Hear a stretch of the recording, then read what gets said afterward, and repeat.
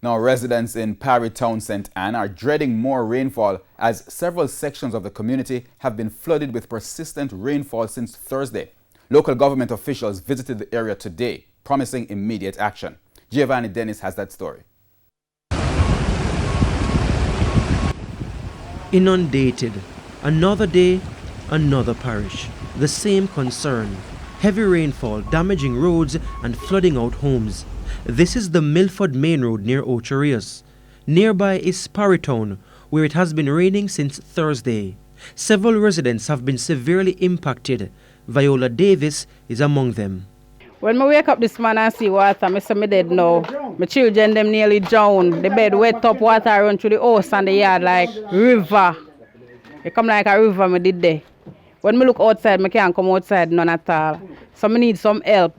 Water kill me. Over here where we live in, I got low and supposed to live in them style here. But because we can't do better, because we want somewhere for ourselves and nobody now pay, we don't mind. Look at the road. Look at some of the people in place, they in them bed and fear run out car rain and wash them out. She showed what was left of the path which leads to where she lives, noting that her family is also being impacted. My daughter shop right there, they still the morning and come out, everything wash out, water reach that eye. See where I have to walk to go to my house, look at it. And nobody represent us over here, nobody. Because at times, people use it for politics. When you call them, they say you're J, then say you're P. Ian Bell is councillor for the division.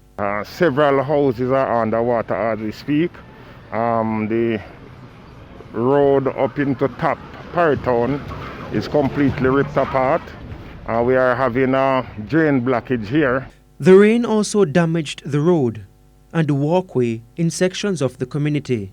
If this is not immediately addressed, then within hours or days, if the road continue, Parry Town will be out of a road. I have just spoken to the CEO and she said that she's asking the chief engineering officer to see if they could get some technical persons to come and do an estimate for her to send it off to the minister right away for his consideration. This road needs urgent attention. Claudia Carter is the acting chief executive officer of the St. Anne Municipal Corporation. Immediate action is for a pump to be identified to pump the water from the section where we have water, which is the houses which have been flooded, and that area is really underwater at this time. Secondly, we are doing an estimate to get the culvert cleared. Giovanni Dennis, TVJ News.